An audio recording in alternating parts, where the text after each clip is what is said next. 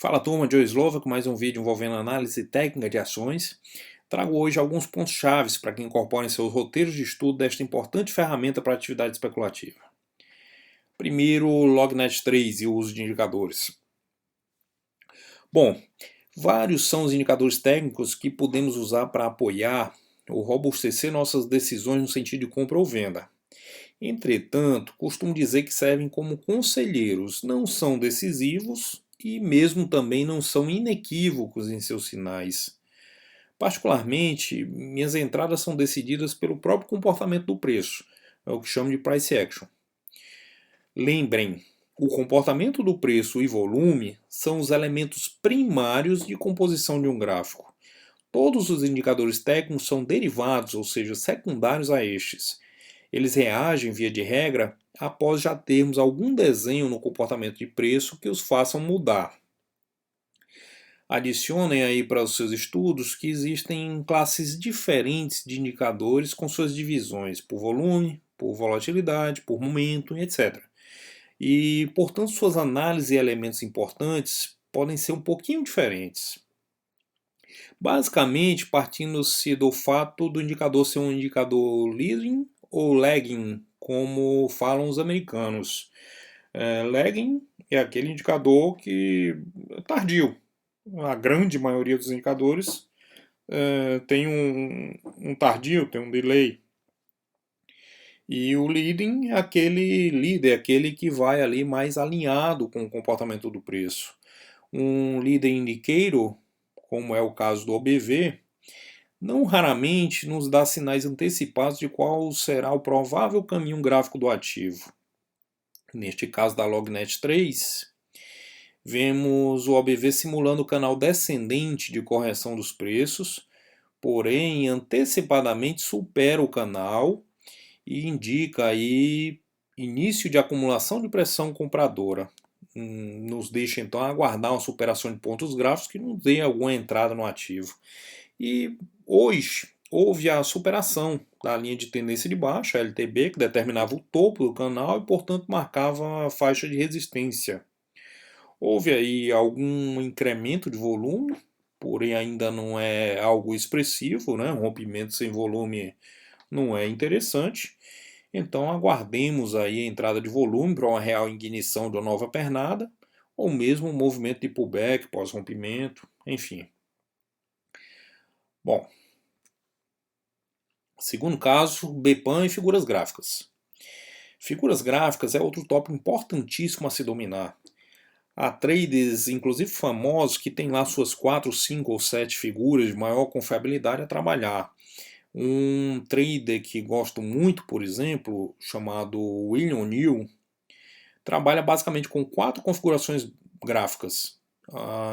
O que ele chama de base flat, fundo duplo, cup and handle e cup without handle. No slide anterior eu citei sobre o comportamento do preço, o price action. O preço é o elemento primário do gráfico. Analisando unicamente o que ele faz em seu percurso, vamos identificar aí fundos e topos, consequentemente formando pivôs, áreas de suporte e resistência e também figuras gráficas. Estas nos dando noção de zonas de congestão ou briga de preço, ou mesmo de descanso após forte impulsão. Em uma análise mais macro, pelo comportamento do preço, desenham-se também os ciclos e ondas do mercado. É importante saber identificar as figuras gráficas e classificá-las. São classificadas basicamente como de continuação ou de reversão. No caso em discussão, gráfico semanal, BPAN apresentou forte onda impulsiva anteriormente, com posição de topo. Após aí um movimento arrastado com perda de momento, conseguiu testar o topo anterior. Desde então, ela cedeu a um patamar mais baixo, aí apoiando-se provisoriamente na média móvel 21 períodos. O esboço gráfico lembra aí uma figura de continuação dita de boa confiabilidade, que é o chamado cup and handle, né? Que traduzindo significa xícara e alça. Bom, Ainda dentro do escopo do Price Action, vemos nas últimas semanas o preço negociando em faixa que vem se estreitando, nos trazendo aí a configuração do Inside Bar no gráfico de candlestick. Bom, por último, temos aí Vivar, Vivarejo, vem aí de um longo e saudável movimento de alta, ganhou uma aceleração, ou seja, ganhou um momento em janeiro deste ano, até compor aí um topo e entrar num movimento mais turbulento, lateralizado, com composição e posterior fechamento de gap diário, inclusive. Bom, a priori, as falhas de topo nos remetem de imediato à possibilidade de topo triplo. Ou seja, mesmo inconscientemente, ao vermos um gráfico desta maneira, já tomamos o nível alcançado por nossos topos como zona de forte resistência. Esse slide eu trouxe de lição da importância do contexto gráfico, da leitura gráfica, de conhecer elementos gráficos, de entender elementos de força, seus eventos, seus movimentos. Por exemplo, vejam esse momento anterior do gráfico da Vivar 3. O preço veio em ascensão, descolou da média móvel e apareceu aí um martelo invertido. Os traders logo pensam, o candle, martelo invertido, estrela cadente, hora de vender, né? Bom, e o que houve? O preço rapidamente superou o topo deixado pelo martelo invertido e continuou seu movimento de alta. Ou seja, cuidado, já vi muito ativo engolir martelo invertido.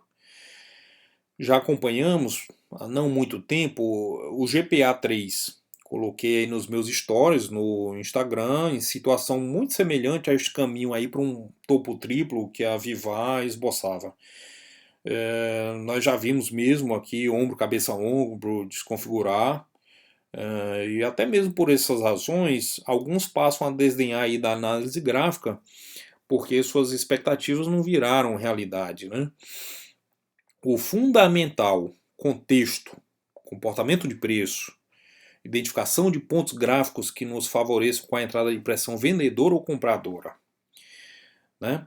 Entender que a Vivar, nesse caminho para um eventual topo triplo, na verdade se encontra em uma congestão, mercado lateral, e desta forma que nós vamos trabalhar. Importante lembrar que no mercado lateral você aguarda o lado que romper. O lado que romper deve andar como andou o GPA3, por exemplo, há não muito tempo atrás. Muito interessante na Vivar, inclusive, esses últimos dias. Intraday, por exemplo, da Vivar, nós temos aí o preço trabalhando no último momento numa zona de consolidação bem próxima aí da resistência, né? Um elemento que os americanos chamam de build-up, né? Uma construção de topo.